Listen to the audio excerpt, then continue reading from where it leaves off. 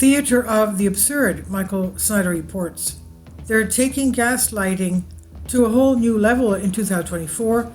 The raw, unadjusted figures that the Bureau of Labor Statistics just released say that the U.S. economy lost more than, here we go, 2.6 million jobs last month.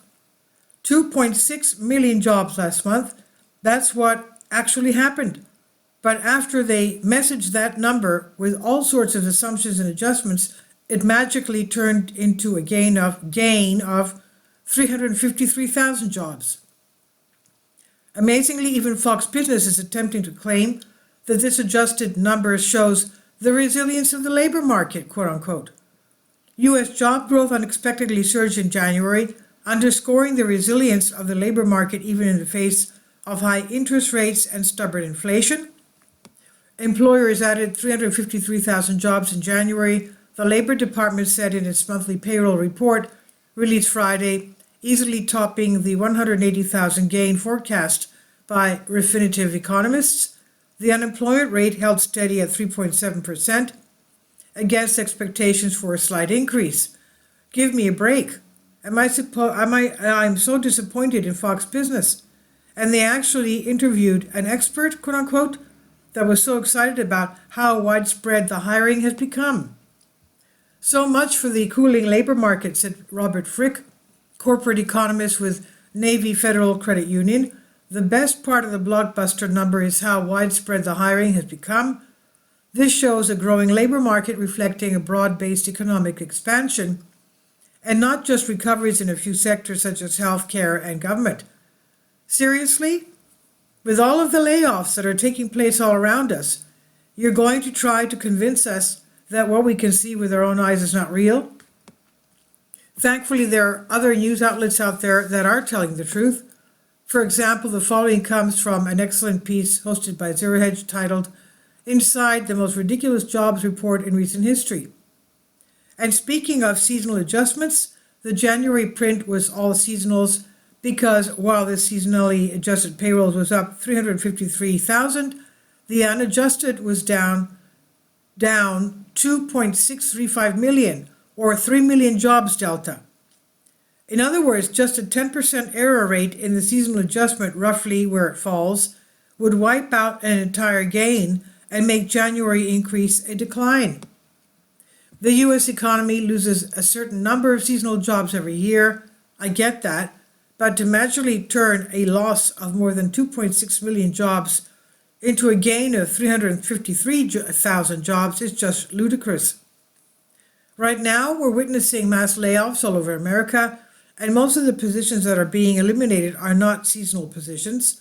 According to Intelligence.com, last month the following companies announced that they would be laying off at least 1,000 workers: Microsoft, Citigroup, eBay, Corning Inc., Macy's, Wayfair, Bosch, Google, Unity Software, GDI Integrated Facility Services, Xerox. Of course, those layoffs represent just a small portion of the enormous tsunami of layoffs that's now happening from coast to coast. As I discussed last week, Challenger Gray and Christmas just issued a report which says that the number of layoffs in the U.S. increased by 136% from December to January. At this point, everyone should just stop paying attention to the absurd numbers that the government puts out that have been radically adjusted to make certain politicians look good. No, the U.S. economy did not add 353,000 jobs last month. Instead, it actually lost 2.635 million jobs. In the days ahead, I'm sure that I'm going to have to explain this again and again, because there are a whole lot of people out there that believe whatever the televisions tell them to believe. If you're one of the workers that has been laid off in recent weeks, I'm sorry for your loss. Unfortunately, many more workers will lose their jobs during the coming months, and that will especially be true once the World War III really starts ramping up. On Friday, U.S. forces hit more than 80 targets inside Iraq and Syria. At 4 p.m., February 2nd, U.S. Central Command, CENTCOM, forces conducted airstrikes in Iraq and Syria. Now, the airstrikes employed more than 125 precision munitions. The Russians were so concerned about this that they called for a special session of the UN Security Council. Over the weekend, the U.S. military turned their attention to the Houthis in Yemen. On Sunday, the Pentagon said its forces again struck anti-ship cruise missile launch position in Yemen. A U.S. Central Command CENTCOM statement said the operation was conducted in self-defense. This follows on the heels of a much bigger wave of strikes Saturday, which involved U.S. coalition attacks over 30 targets across 13 locations from air to ship. This is such a dangerous moment for the Middle East.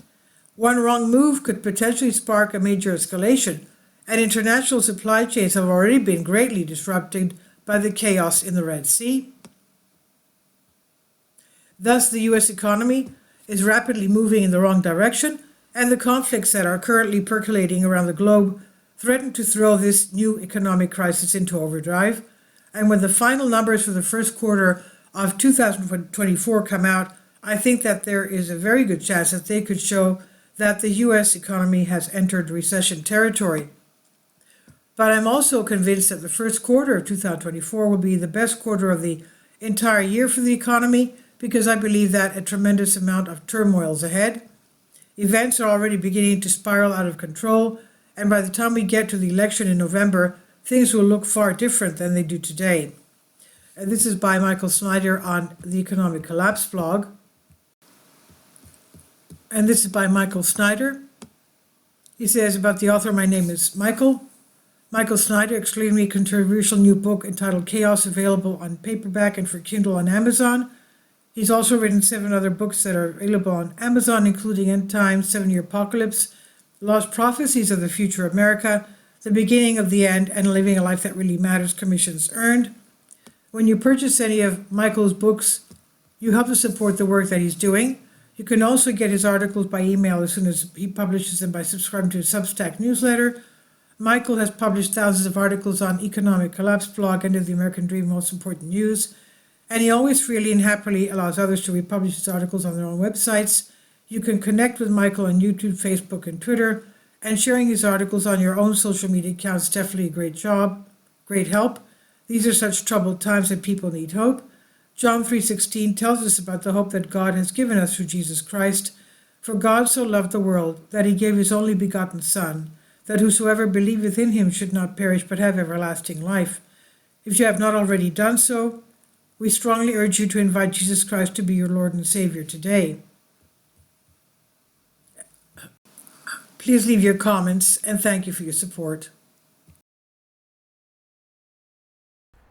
Kindly support my Patreon account. The daily posts are 5 videos daily, and they are totally different from what I have on my YouTube channel. Thank you so much for your support and that you find all my content so interesting. You'll find the Patreon account details in the description box below.